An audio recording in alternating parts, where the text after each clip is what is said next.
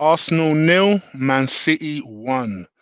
And Lee Gunner, well, it wasn't the whooping you predicted, but do you feel much better? Not really, if I'm honest. And yeah, I did predict 6-0. I suppose that was probably one of the positive things to come out of the game, if we're being honest, along with Willian not getting any minutes whatsoever. But it was just limp. It was like you see one team that are at the peak of their powers that have not lost now in 25 games straight in all competitions, winning 22 of them, drawing 3, against a team that was a bit makeshift, a little bit not really got a game plan, didn't really want to attack, didn't want to go too against them in case we got ripped. And the first 6 minutes, they could have been 3-0 up. You know, Sterling mishit one in the first couple of minutes. So it was literally 40 seconds. He then scored. How Rob Holding has not seen that guy is a disgrace. And how Rob Holding is even at this club is a disgrace. And then Mahrez twisting up Tierney for the goal. And again, the starting 11, when I see the starting 11, Chig, I was like, this defence, bruv. Like, what is he doing? But as the game went on, you're thinking, well, it is only 1-0. And like, even though we gave him no hope, there was still that little tiny bit of it is only 1-0. If we could just put a move together. But ultimately, it didn't work out like that because we're just not good enough under this manager, man.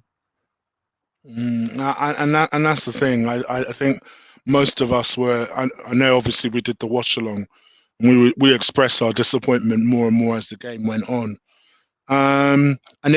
What was really disappointing, where I don't know if you were surprised by just the amount of under par performances there were in the team. I mean, what do you think happened? I mean, I think I expected a little bit more fight out of certain players, but I think we did our player ratings, and only 3 players have got any marks of any sort of note. Why do you think that was? When I looked at that starting 11, Mohamed El Neni's not played for God knows how long. Yeah, it's not a surprise that he dropped a performance like he did. Kieran Tierney and Marie, you've put them as a pairing at the left side of defence up against Mahrez, who's banging form at the minute, winning man of the match at Everton the other day, can twist up the best of left backs. You've got Kevin De Bruyne playing as a striker. They were that confident, Sheik. They didn't even go with a striker. They put 6 midfielders in. And they took him off for like 60th minute. Yeah, they were just like, oh, this is comfortable. We'll just take him off. Yeah, do you know what I mean? But Granit Xhaka, I expect to drop performances like that in big games. Hector Bellerin, the same. I expect him to drop bad performances in big games. Aubameyang, kind of worrying with that guy, man. Like, real talk. I was one that jumped on the bandwagon stupidly after his hat-trick. And I said, he's back.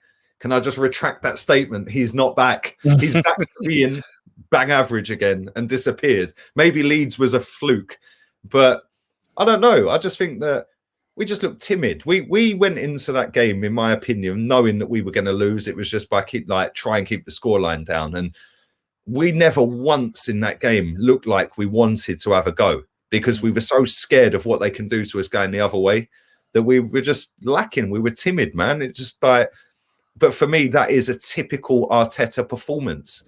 You know, nothing. Literally offered. We had no shots on target. That's an embarrassment. I agree with you.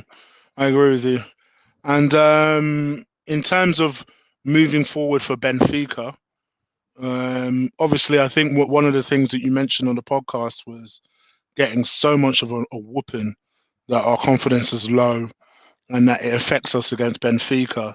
Is the one, I don't know, takeaway, if it's a positive takeaway to take away from it, that it was only 1-0 and maybe you might be okay shape for Benfica, or do you still have the same worries that you did prior to the game starting? There's a few positives to take out of the game. Number one, Willian didn't start. Yeah. Number two, never got any minutes. Absolutely hammered like I thought we were getting, because I thought that was going to be 6-0. Real talk. I genuinely thought that was going to be 6-0. Going into Benfica, would anyone be surprised if we lose? Like, because I genuinely wouldn't. You know, this manager knocked us out to Olympiacos, for God's sake. You know, are Benfica better than Olympiacos? It's much of a muchness. You know, are we better now than we was against Olympiacos in terms of where we're at as a football club? Probably not. You know, are we any better under this manager than we was when he inherited the team?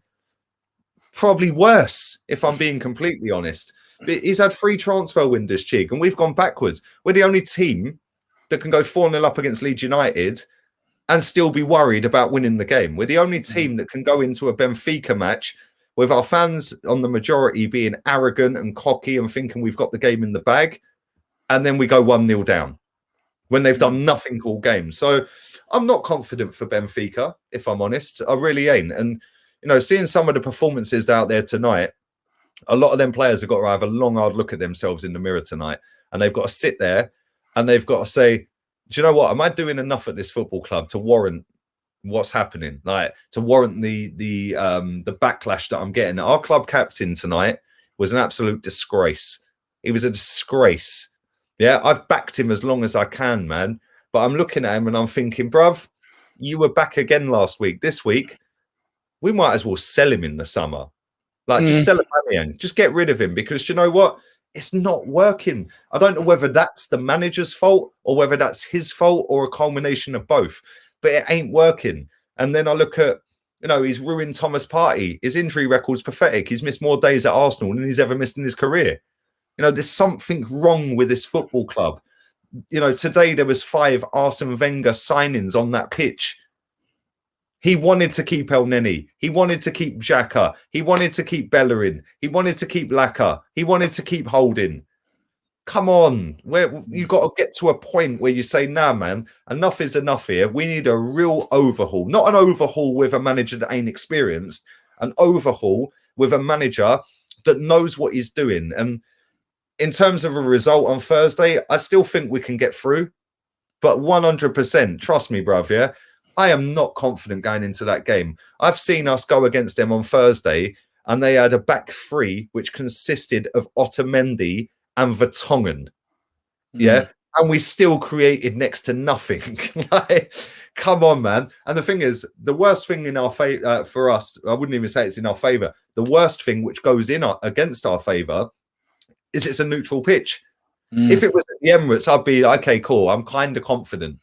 The fact it's not at our ground and it's at a neutral pitch, I'm not confident one bit for Benfica on Thursday, especially after I've seen maybe, I think we had 15 players used today, and I've only given 3 of them a score rating today. That's an absolute shambles for a football club like us.